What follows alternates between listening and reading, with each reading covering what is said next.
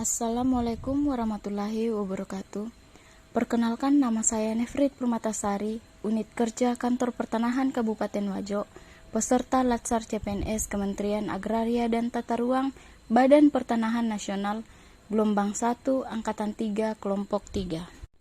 Pada kesempatan kali ini akan membahas 3 pokok bahasan. Yang pertama, manajemen ASN, yang kedua, pelayanan publik, yang ketiga, WOG.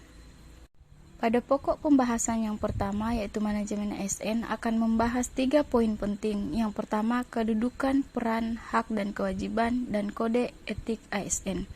Yang kedua, konsep sistem merit dalam pengelolaan ASN, kelembagaan, dan jaminan sistem merit dalam pengelolaan ASN.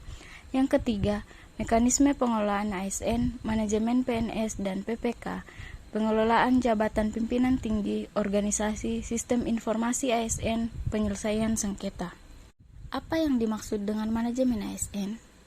Manajemen ASN adalah pengelolaan ASN untuk menghasilkan pegawai ASN yang profesional, memiliki nilai dasar etika profesi, bebas dari intervensi politik, bersih dari praktek korupsi, kolusi, dan nepotisme.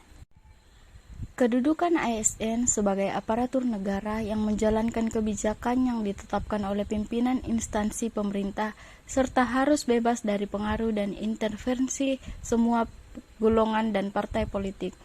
Pegawai ASN berfungsi sebagai pelaksana kebijakan publik, pelayanan publik, perekat, dan pemersatu bangsa. Hak dan kewajiban. ASN diberikan hak sesuai dengan asas proporsionalitas. ASN yang telah memperoleh hak tertentu harus menjalankan kewajibannya sesuai dengan tugas dan tanggung jawab agar dapat melaksanakan tugas dan tanggung jawabnya dengan baik, dapat meningkatkan produktivitas, menjamin kesejahteraan ASN dan akuntabel. Kode etik dan kode perilaku ASN. Kode etik dan kode perilaku ASN yang diatur dalam Undang-Undang ASN menjadi acuan bagi para ASN dalam penyelenggaraan birokrasi pemerintah dan bertujuan untuk menjaga martabat dan kehormatan ASN. Peran ASN yaitu perencana, pelaksana, dan pengawas penyelenggaraan tugas umum pemerintah dan pembangunan nasional melalui pelaksanaan kebijakan dan pelayanan publik. Poin yang kedua yaitu konsep sistem merit dalam pengelolaan ASN, kelembagaan, dan jaminan sistem merit dalam pengelolaan ASN. Sistem merit adalah kebijakan dan manajemen ASN yang berdasarkan pada kualifikasi, kompetensi, dan kinerja secara adil dan wajar dengan tanpa membedakan latar belakang politik, ras, warna kulit, agama, asal-usul, jenis kelamin, serta pernikahan umur atau kondisi kecatatan. Jaminan sistem merit dalam pengelolaan ASN yaitu pegawai diberikan penghargaan dan pengakuan atas kinerjanya yang tinggi. Poin yang ketiga yaitu mekanisme pengelolaan ASN, manajemen PNS dan PPK, pengelolaan jabatan pimpinan tinggi, organisasi, sistem informasi ASN, penyelesaian sengketa. Manajemen PNS dan manajemen ASN.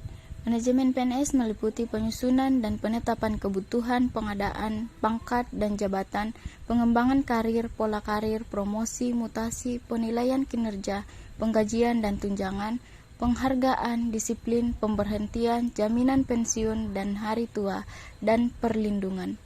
Manajemen PPK meliputi penetapan kebutuhan, pengadaan, penilaian kinerja, penggajian dan tunjangan, pengembangan kompetensi, pemberian penghargaan, disiplin, pemutusan hubungan perjanjian kerja, dan perlindungan. Pengelolaan jabatan pimpinan tinggi, penggantian pejabat pimpinan tinggi utama dan madya sebelum 2 tahun dapat dilakukan setelah mendapat persetujuan Presiden.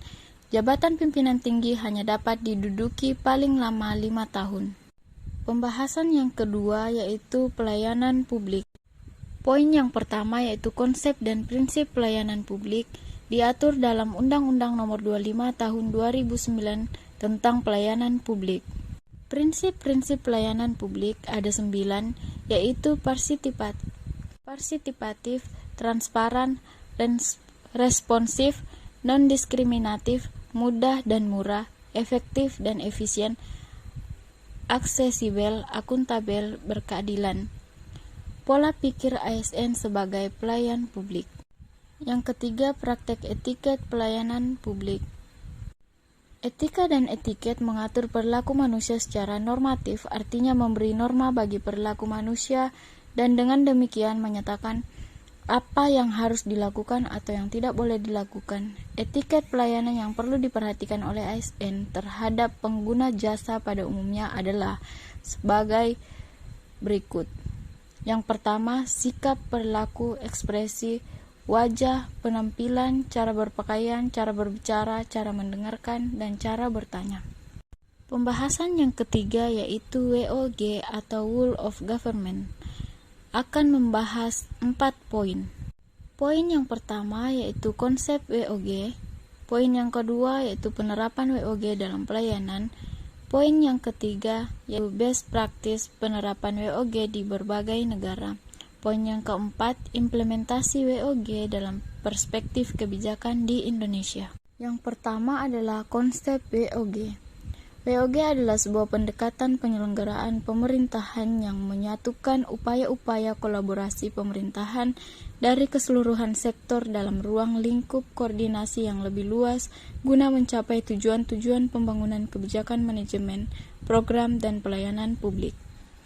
Manfaat yang dicapai dengan WOG yaitu efisiensi, sharing informasi, lingkungan kerja, daya saing, akuntabilitas, koherensi kebijakan. Prinsip-prinsip karakteristik pendekatan WOG: kolaborasi, kebersamaan, kesatuan tujuan bersama, dan mencangkup keseluruhan aktor dari seluruh sektor dalam pemerintahan. Yang kedua adalah penerapan WOG dalam pelayanan.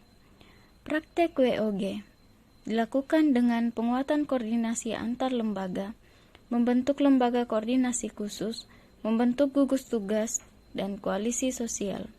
Tantangan dalam praktek WOG yaitu kapasitas SDM dan institusi, nilai dan budaya organisasi, kepemimpinan, praktek WOG dalam pelayanan publik. Yang ketiga yaitu best practice penerapan WOG di berbagai negara.